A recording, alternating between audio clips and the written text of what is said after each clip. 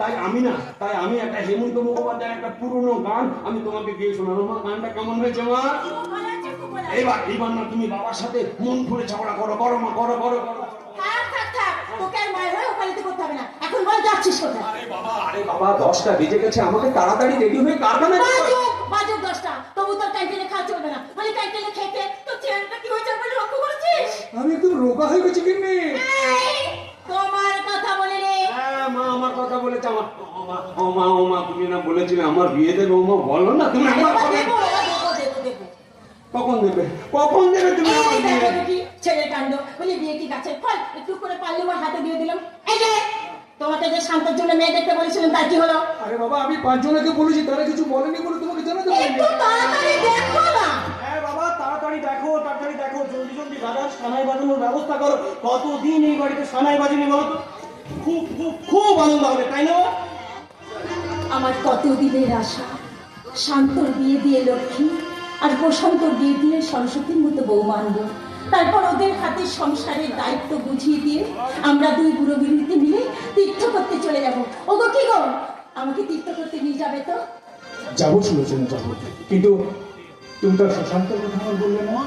না বাবা, আমাকে তোমরা বিয়ে করার কথা বলো না, আমি আর বিয়ে করবো। একদম ঠিক বলেছে, ভাই এখন অনেক ছোট আছে বাবা, ভাই এখন অনেক ছোট আছে। মা তুমি আমার বিয়ের ব্যবস্থা করো। আমার হ্যাঁ রে দাদা, বিয়ে হয়ে গেলে এরকম মা করবি নাকি? করবো। একটা কথা ভালো করে শুনে রাখ সুশান্ত, বুঝলি?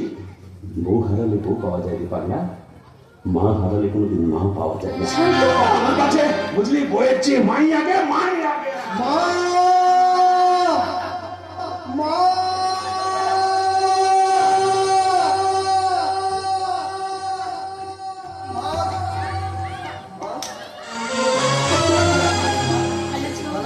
তুই কেমন আছিস?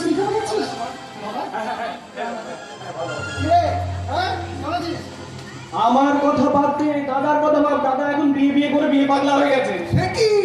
দাদার বিয়ে? হ্যাঁ, তাহলে জমিয়ে কোমর বেঁধে খাটাখাটন করতে হবে। গাছে কাটাল গোপে তেল, এখনো পাকা দেখাই হলো না, ওবার কোমর বানছে। আরে মেয়ে দেখা হলো না মানে মেয়ে দেখতে কতক্ষণ? বলি ভবিতব্য বলে তো একটা কথা আছে তো নাকি? হ্যাঁ প্রশান্ত, তোর চেহারাটা এত খারাপ হয়ে গেছে কেন? শোনো মা, তুমি অনেকদিন পর দেখছো তাই মনে হচ্ছে। তাছাড়া দাদার বিয়েতে ভালো মন্দ খেয়ে তোমার প্রশান্ত আবার একটু পুষ্ট হয়ে যাবে। ঠিক হ্যাঁ রে বলেছিস। দাদা, তো আশ্চর্য ভাই, দাদার বিয়েতে শুধু খাবি আর কিছু করবি না? ভুল করে আমরা সবাই কিছু না কিছু করবো। আর মা গাইবে সেই গানটা। আমার পুত্র বিয়ে হবে কাজের শালা।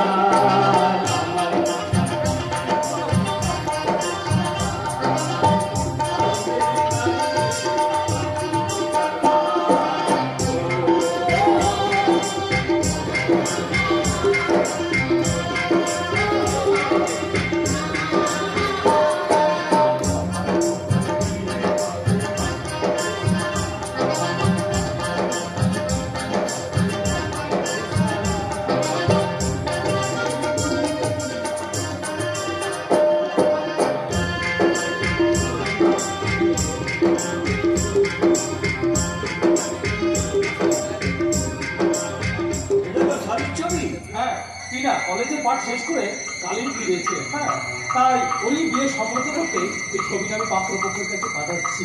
এক অদ্ভুত ভাবে সাক্ষাৎ ভদ্রলোকের সঙ্গে দীপকান্ত ভট্টাচার্য, রিটায়ার্ড জজ, ওনার বড় ছেলে শান্তর সঙ্গে সম্বন্ধটা করছি।